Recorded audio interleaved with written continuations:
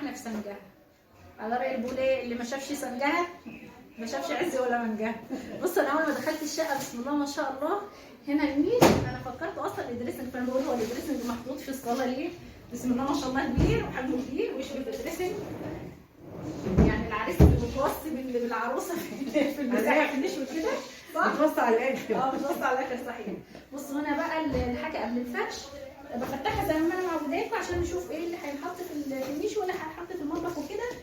هنا الخشاف، هنا الكاسات، وهنا طعم الجاتوه، هنا البايركس، هنا الاركوبان، هنا بقيه اطقم الازاز، هنا الصيني، ده الصيني كامل.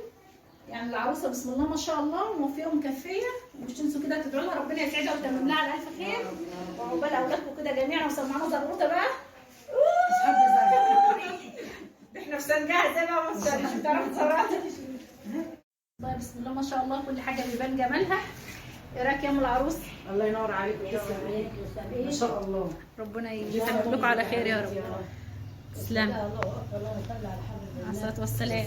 اللهم صل على النبي. بسم الله. دي انت العروس. انت العروس، دي البركه كلها. والله ساعه ما دخلتي يا حاجه الشقه نورت. ايدك يا حبيبتي، تسلم ايدك. يا رب يخليكي تسلمي. واللي ما نزلش سنجاه مش شاف عز ولا فنجاه. ايوه ولا منجاه بقى. منجاه.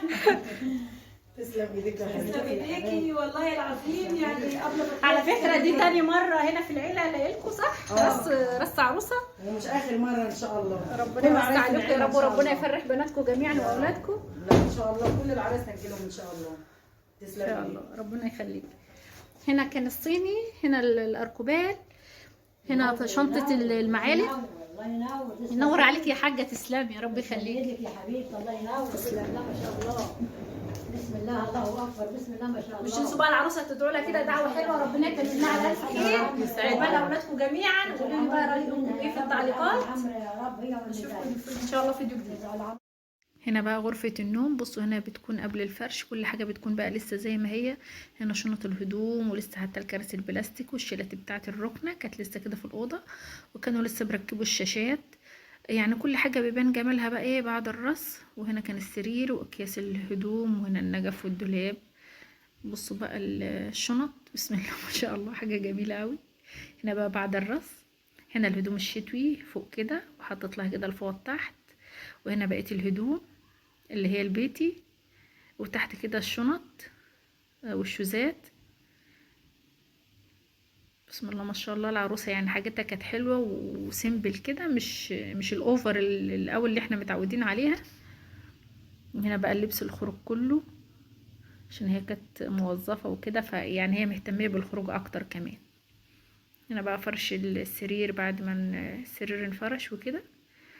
هنا بقى في ركنه كده جميله، كنبه بترابيزه بزهريه ورد كمان في الاوضه بسم الله ما شاء الله مساحتها واسعه. هنا بقى التسريحه والحاجات بتاعتها كانت جميله كده وبسيطه. يعني انا مش بحب الافواره القوي دي، لا بصراحه ديت كانت حلوه خالص. هنا بقى دوات التجميل كلها وفرش بسم الله ما شاء الله. يعني احلى حاجه في العروسه دي مش مقفوره بصراحه. هنا بقى التوك والبنس والاكسسوارات كلها، الساعات، وهنا فرش الشعر.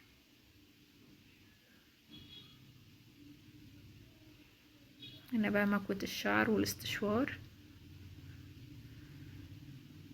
هنا بقى الشمع وحاجات الصنفرة زي ما انتوا عارفين بقى. هنا بقى المونيكير، طلاق الأظافر زي ما بنقول، وكان في هنا دوف.